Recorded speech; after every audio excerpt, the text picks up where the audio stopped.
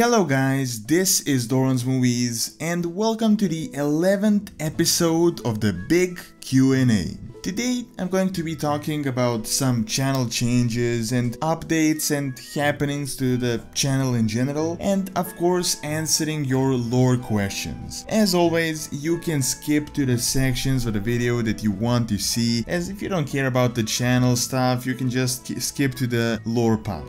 So let's get into the updates. If you guys have watched my most recent video, the projects of the Lich King, you might have noticed something a bit different. The video is a translated version from a Russian YouTuber by the name of Lekarok, and it is something that I'm currently planning to add to the channel. We're still seeing if it works, since he's gonna translate my own video, and we'll see how the entire thing works out, but it is something I'm definitely seriously considering. He contacted me, I guess about 2 weeks ago, and I was really surprised. I mean, I discovered this pretty big lore scene that I didn't even really know it existed, that is not even connected to the main kind of the English speaking scene. I've seen some Russian lore videos, I've also seen, I believe it was probably Spanish or Portuguese, so I'm not really certain. I've seen in other languages, but I didn't really know they were that big. So I had the idea to translate some of his videos and he would translate some of mine, so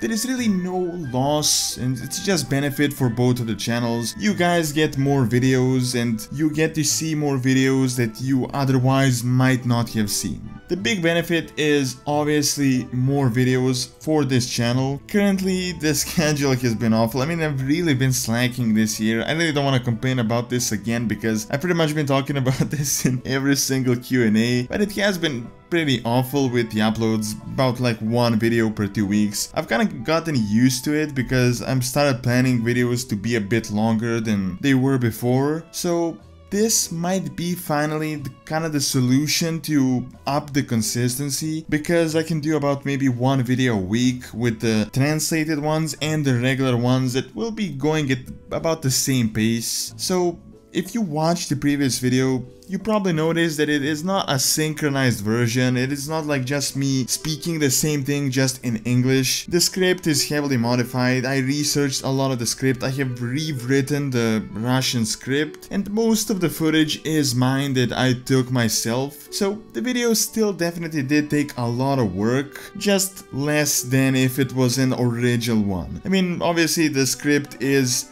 redone, but it is less work than just doing it from scratch, thinking of ideas, researching. That always just takes a lot of work, and it's not even that it takes work as much as it kinda starts, I guess I start slacking on that, because when I can't think of an idea I get distracted and then I just waste a day not doing much, as usually it just takes a few hours to just actually write a video script when you have a full idea on what you want to do. So I don't really see any harm in all of this. I would definitely be interested in what you guys think if you want to see more videos like this. The quality of the videos is still very similar to the regular ones, and for me it definitely seems like a good collaboration project. People ask me all the time to do collaborations with different YouTubers. I don't know, I've been thinking about it, but usually there's nothing you can really do with other YouTubers. I mean, these videos, I write the script, record the audio and the video and just edit it. There's really no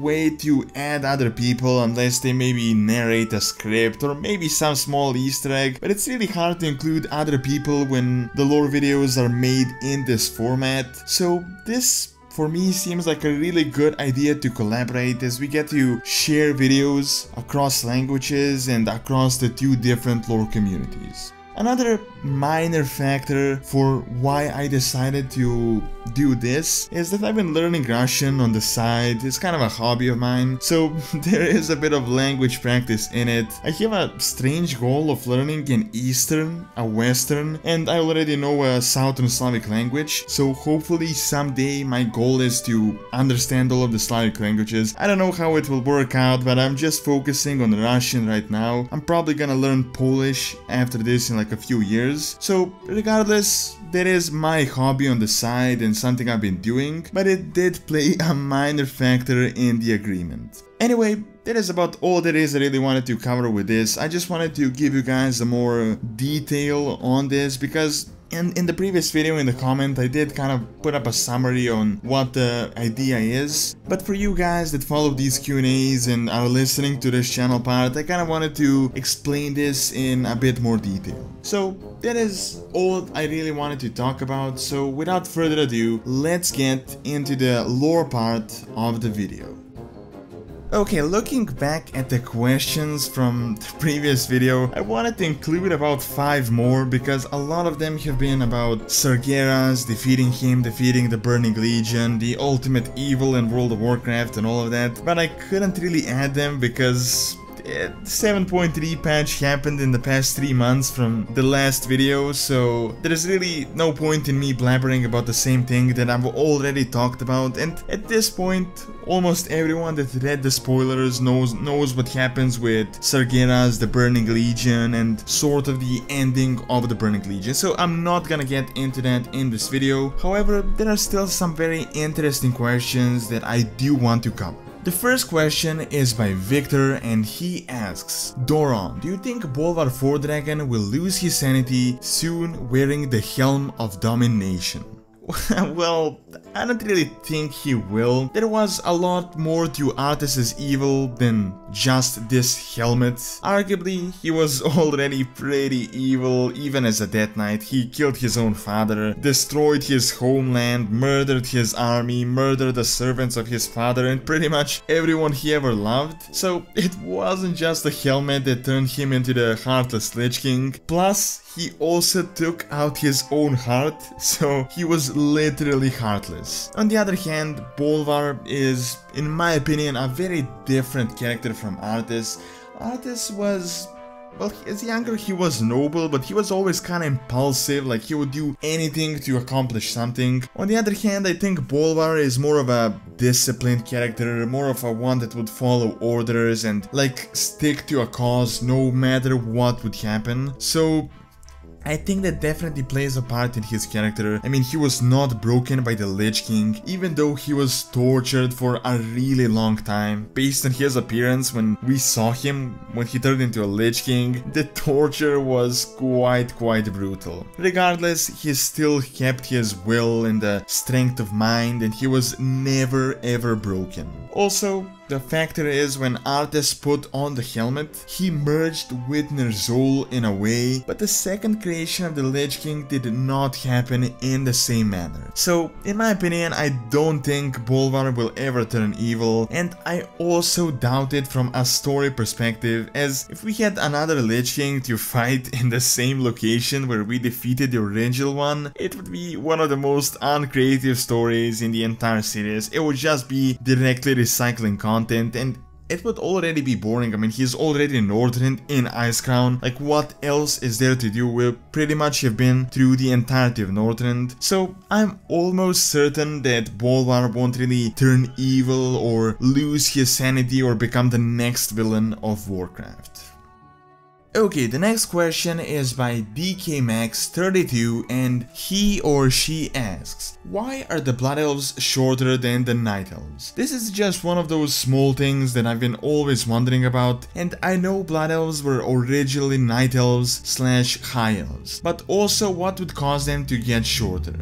This is a pretty simple question. The answer is the Well of Eternity. It was the Well of Eternity that transformed the trolls into the Night Elves, that made their spines straight and, so to say, evolved them. When the Highborn reached the shores when they were exiled by the Night Elves, they were still very much Highborn, they were definitely Night Elves, but after a while, when they were distanced, they started to slowly devolve. They lost their skin color, height, and some of the features of the Night Elves. We don't really know why this is exactly, but there is something in the arcane magic that makes those around it taller with more finer features. The Genius are a good example of this. I mean, Murlocs turned into Genius. You can obviously see a big difference between the two. Of course, this won't happen with the mages that are currently on Azeroth. It's not like if you start using arcane, suddenly you will become like 2 feet taller and with different features, but it does start affecting people when there is a massive source of this magic, such as the Well of Eternity, it's even hard to imagine how potent the well was. A little pond of arcane is not going to do the same thing, but a massive source of arcane is definitely going to affect the features of a certain race. So the answer to your question is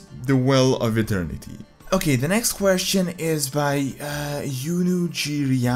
Unguriano. I'm not really certain. I think this is a Spanish, Brazilian name, so I'm really sorry if I mispronounced it. Do you think Arthas can make a comeback in a future expansion?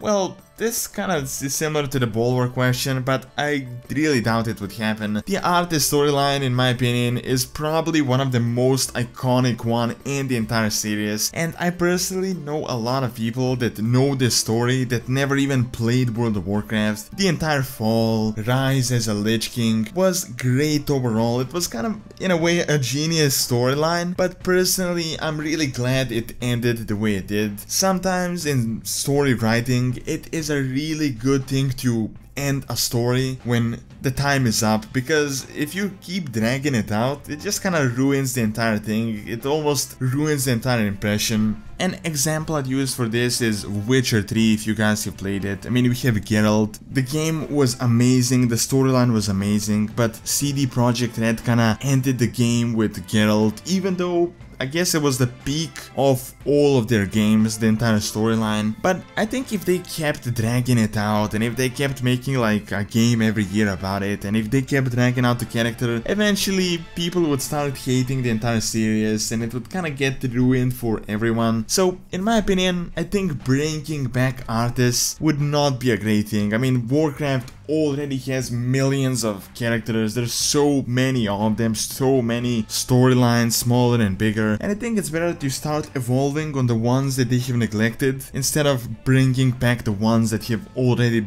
been big. The Illidan comeback was already kind of a stretch. To be honest, I mean, it was decently explained in the book, it was interesting. However, I don't really see a way for a character like Arthas to come back, and personally, I wouldn't really want to see him back.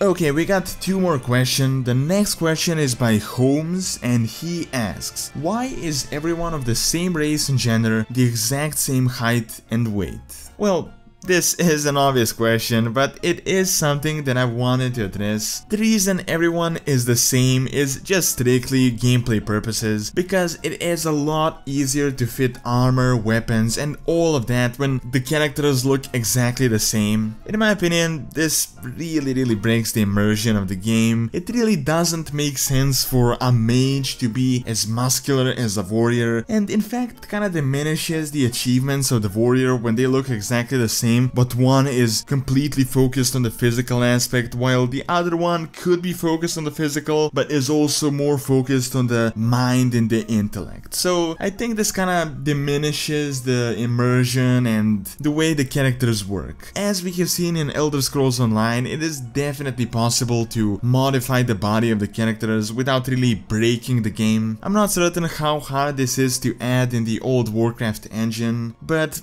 I don't know, I think it would be a great feature. It might be a lot of work right now because there's like so many armor sets, weapons, and all of this that they have in the game, so it might be hard to start changing them now, it might be too late. But I think this area, as well as emotes and animations, is an area of World of Warcraft that is really lagging behind other MMOs. When it comes to like RP, this would be a great feature to have different looking characters and a lot of emotes like in other MMORPGs, but sadly I don't really think Blizzard is planning to add more to this or to change this anytime soon. Okay, and the next question is by Nicola, and he asks, I want to ask, is it possible for human monks to use both Chi and the light, if he believes in the light? Yes, this definitely could be possible. I personally don't see why it wouldn't be. Chi and the light aren't really mutually exclusive, and it's not like you can just do one and the other. It's not like these two are the opposites, like the light and the dark. Obviously, this doesn't really work in game due to the strictly structured class system that we have, but there is no reason why a druid couldn't become a monk or a rogue couldn't learn to cast a few spells. Obviously, I mean, some of these skills take a long time time. It's not like you can just read a page and start casting spells. This takes like years of learning, but I don't see why it wouldn't be possible. Like, you can be a warrior for 30 years and go for like 10 years to learn some magic, and then combine magic and physical prowess. So I think it would be a great thing, but with the current system of talents and classes, this couldn't really happen. If it was more loose like it is in Elder Scrolls, as I mentioned earlier, it could probably be a bit more interesting, but I really don't see it changing anytime soon. I mean, we're like 12-13 years into the game. It would probably create a massive headache when it comes to balancing and just changing the entire class system from the root. I don't know, I don't think they would really do it. They wouldn't really have as much benefit, and it would create a whole lot of work to add that a lot of people would say is unnecessary. But lore-wise and roleplay-wise, you can definitely roleplay a monk that was a warrior, a mage, a paladin, or something like that. Something that you couldn't really do is become like a warlock or a death knight paladin, because you kind of lose the trust of the light. There are some classes that can't combine, but the general rule of thumb is that most classes and arts can definitely be combined and used mutually. Alright, and that is all I have for this video. Do leave your questions for the next Q&A. Ideally put something like the Q&A in the comment, like the big Q&A, so I can search for the questions. And you can also send your questions by Facebook and Twitter. Don't forget to like the video and subscribe, as it really helps out, and see you next time.